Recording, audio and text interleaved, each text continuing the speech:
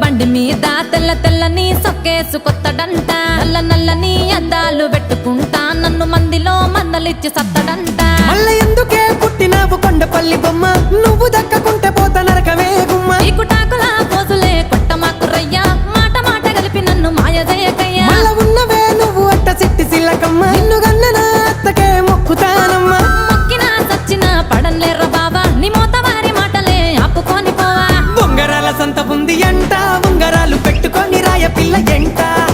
గుండెలోని బంగులాల అంతా ప్రేమ ఉంది పుస్తకట్టి రాసి ఇస్తానంతా